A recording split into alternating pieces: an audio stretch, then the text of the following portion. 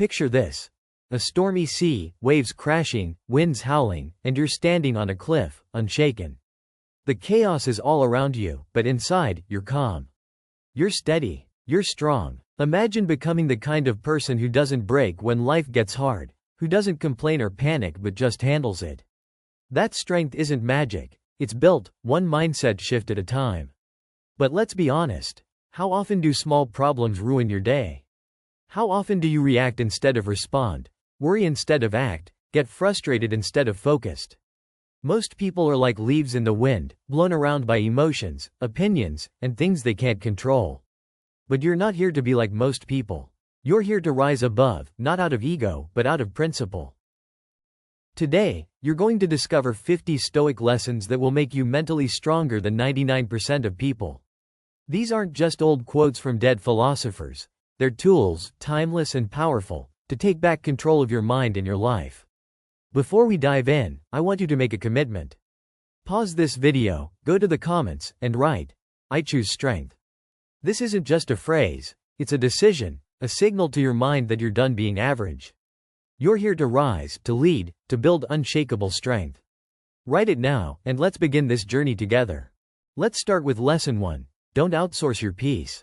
Imagine a man named Alex, a hardworking guy with a demanding job. One day, his boss snaps at him in front of everyone. Alex feels his chest tighten, his face burn.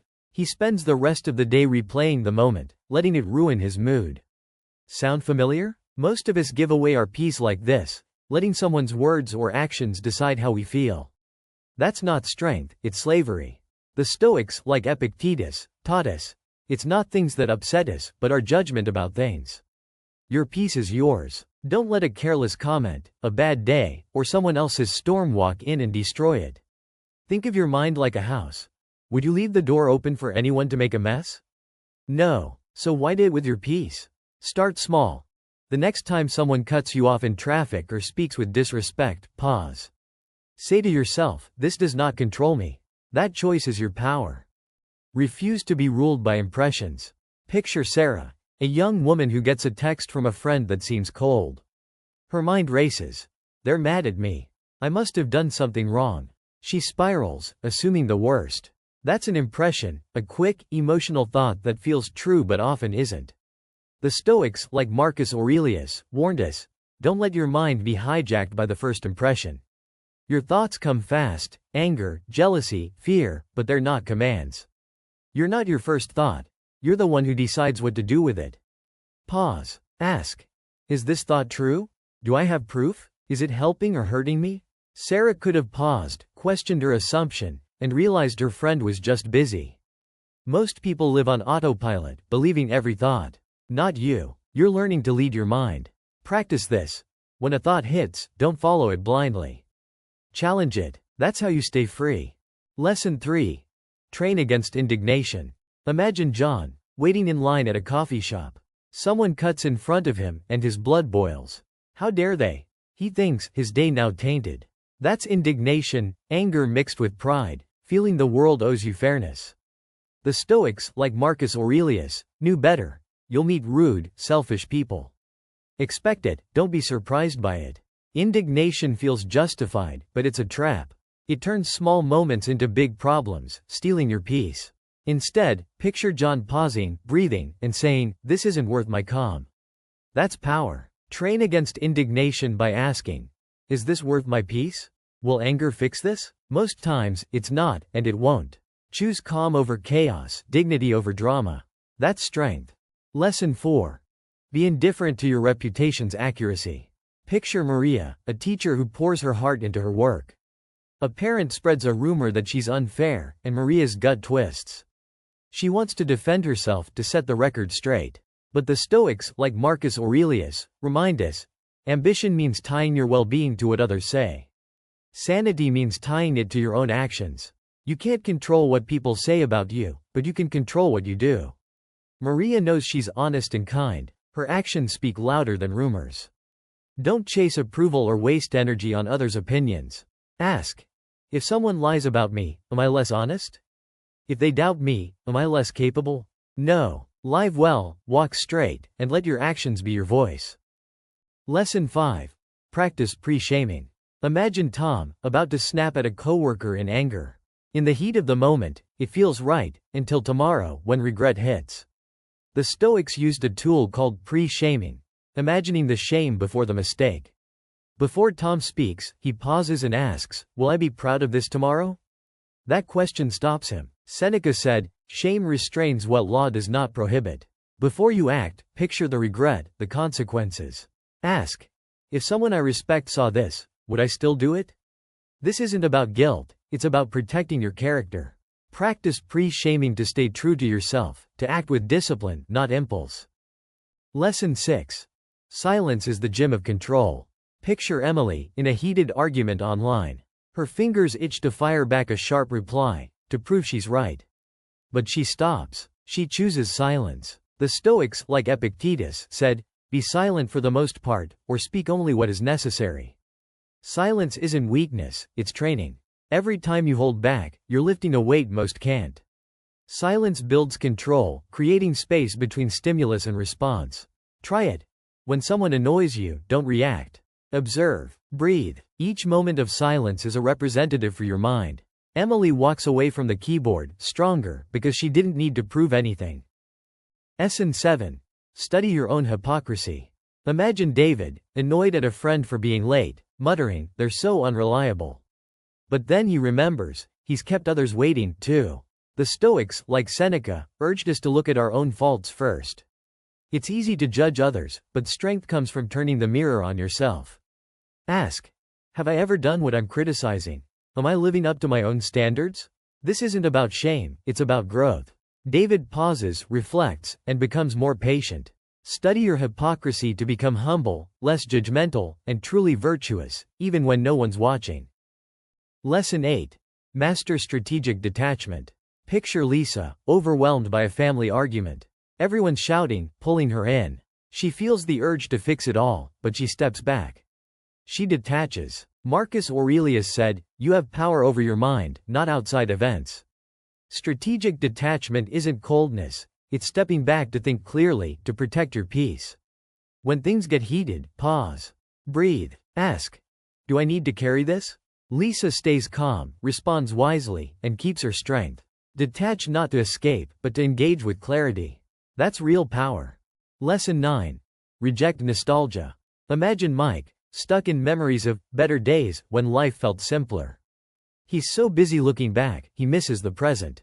The Stoics, like Marcus Aurelius, warned against this trap. The present is all we ever lose. Nostalgia feels warm, but it pulls you from now, the only place you can act. Mike catches himself, asks, "What can I build today?" and starts moving forward. Reject nostalgia not because the past wasn't valuable, but because your power is here, now. Live fully in the present. Lesson 10. See thoughts as echoes, not commands. Picture Anna, her mind racing with worry. "I'm not good enough." She feels it, but she doesn't obey it. Epictetus said, "It's not what happens, but how you think about it." Thoughts are noise, not truth. Pause, observe, question. Is this thought real?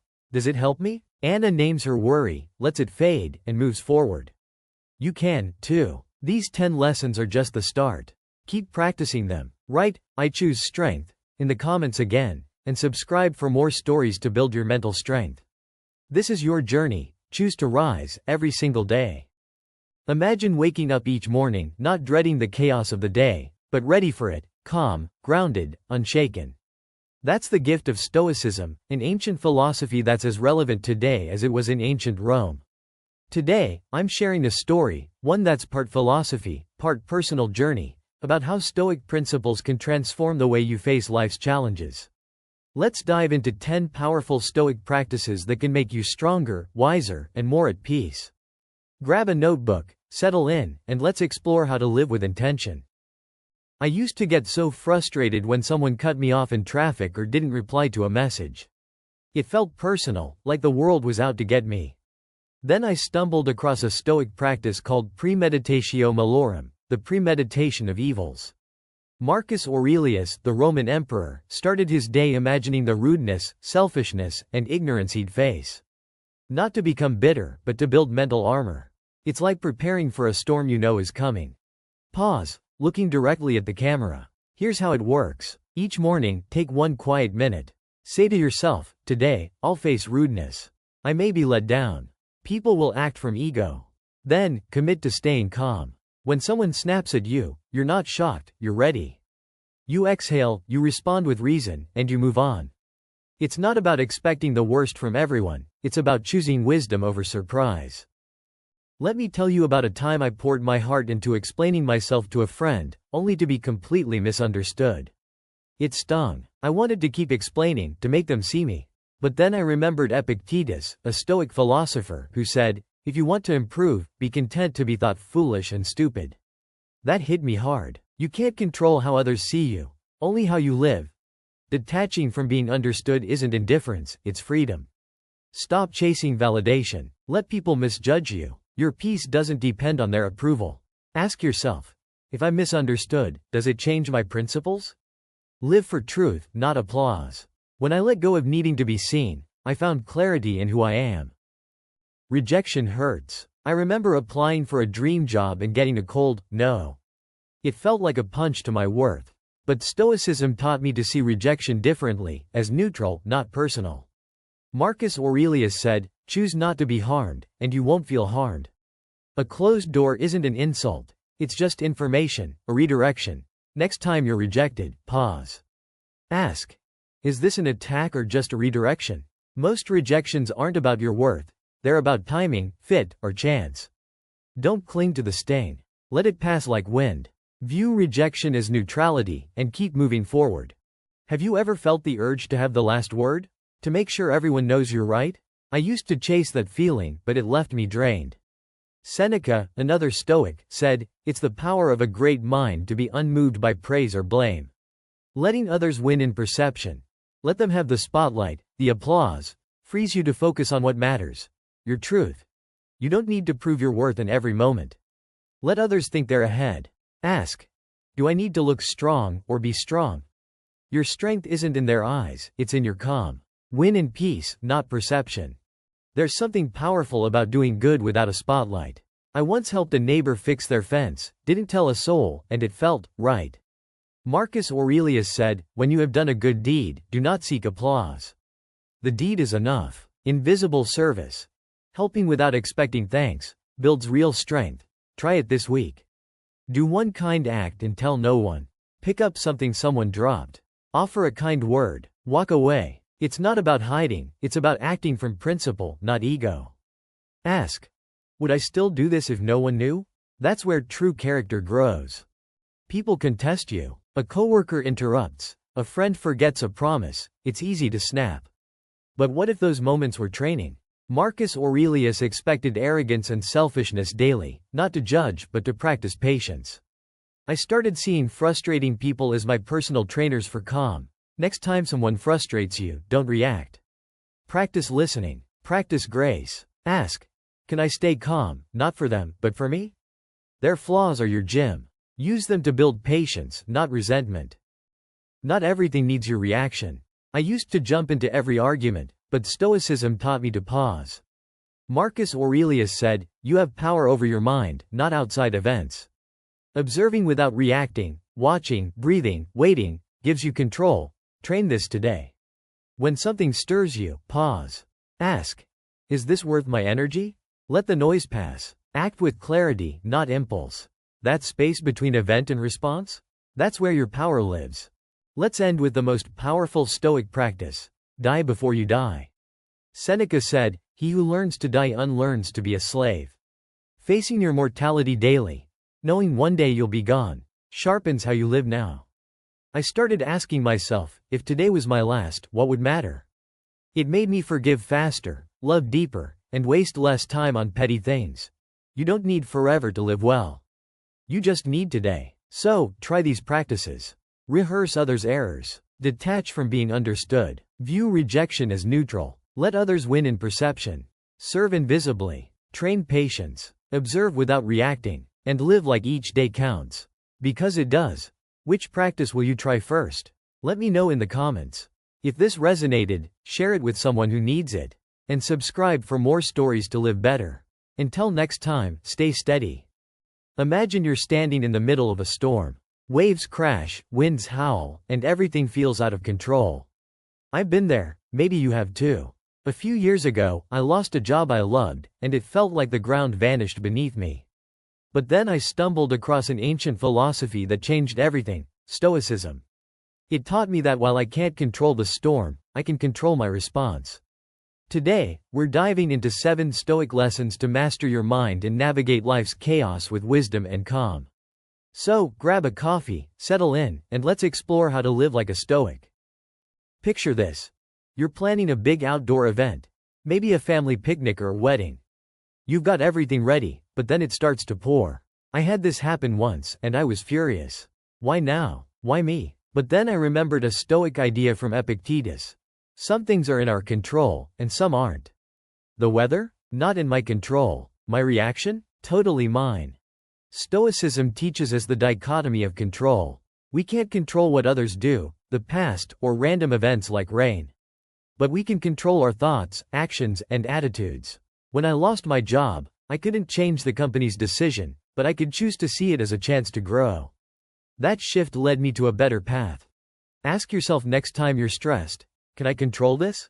If yes, act. If no, let it go and focus on your response. This simple question is like a mental anchor, keeping you steady in life's storms. Let me tell you about a time I almost lost a friendship over a misunderstanding. My friend sent a text that felt like a jab, and my instinct was to fire back. But I stopped, took a breath, and asked myself, why does this hurt? Is this about now or something from my past? That pause saved the day. The Stoics, like Seneca, taught that reflection is our superpower. In a world that demands instant replies, on social media, at work, everywhere, pausing to think is rare but powerful. When we reflect, we ask, what's driving my emotions? Is my reaction fair? Could I see this differently? Once, at a family dinner, my cousin said something that stung. Instead of snapping, I reflected, maybe she's stressed. That thought shifted my response from anger to empathy, and we ended up having a great talk. Try this. Next time you're triggered, pause for 10 seconds. Ask what's really going on. It's like stepping back from a painting to see the whole picture. Ever get so caught up in a moment that you lose yourself? I did, during a heated argument with a coworker. I was all in, heart racing, words flying, until I realized I was drowning in emotion. Stoicism taught me a better way: detachment. Detachment doesn't mean shutting off feelings. It's like watching a movie. You feel the story, but you know it's not your life. The Stoics, like Marcus Aurelius, practiced seeing events as an observer. When I got bad news about a project failing, I tried this. I imagined watching it from a distance, asking, what's really happening here? It gave me clarity to move forward without panic. Try this in your next tough moment. Step back mentally, like you're in the audience of your life. Notice your emotions without letting them take the wheel. It's like finding calm in the eye of the storm. I remember being late for a big meeting because of traffic. I was fuming, gripping the wheel like it was my enemy. Then I asked myself, will this matter in 5 years? Spoiler, it didn't. That question changed how I see life's frustrations. The Stoics were masters at zooming out. They knew most of our daily stresses: spilled coffee, a rude comment, a missed deadline, fade with time. When I was younger, I obsessed over a bad grade in college, thinking it defined me. 5 years later, I barely remembered it. This question, will this matter in 5 years, is like a mental time machine. It helps you see what's worth your energy. Next time you're upset, try it. If the answer's no, let it go. If it's yes, focus on what you can control. It's a simple way to prioritize what truly matters: relationships, growth, your values. Every night, I spend 10 minutes with a notebook, asking myself, what went well today? What could I have done better? It's not just journaling, it's a Stoic practice that changed my life. Marcus Aurelius did this, writing his meditations to wrestle with his thoughts as a Roman emperor. A Stoic journal isn't about listing what you ate or did. It's a conversation with yourself. I once wrote about a day I snapped at my partner. Reflecting, I realized I was stressed about work, not her. That insight helped me apologize and grow. Try this. At the end of each day, write down one thing that upset you, one thing you're grateful for, and one way you could improve. Over time, you'll spot patterns, like what triggers stress or boosts joy. It's like a map to a wiser you. A few years back, I pitched a project that got rejected flat out. I felt crushed, like I'd failed. But then I remembered a Stoic idea from Marcus Aurelius: the obstacle is the way. Instead of sulking, I asked, what can I learn? That rejection pushed me to refine my skills, and my next pitch landed a huge opportunity. The Stoics saw challenges as teachers. A lost job, a broken relationship, a missed goal. They're not just setbacks, they're chances to grow. Think of a river hitting a rock. It doesn't stop, it finds a new path. When life throws obstacles, ask, what can this teach me? How can it make me stronger? That mindset turns pain into progress. One morning, I woke up feeling off, stressed about bills, work, everything. Then I tried a Stoic practice from Seneca, listing 3 things I'm grateful for. That day, it was my morning coffee, a kind text from a friend, and the fact I could breathe. Sounds simple, but it shifted my entire mood. Gratitude isn't just saying, thanks. It's a Stoic discipline of seeing the beauty in what's already here. The Stoics knew life is fleeting, so every moment, a laugh, a hug, a quiet evening, is precious. Try this. Each day, write or say 3 things you're grateful for. It rewires your mind to see abundance, not lack. I once met a woman who, despite losing her home in a flood, was grateful for her family's safety. That perspective carried her through. Gratitude doesn't erase pain, it anchors you in what matters.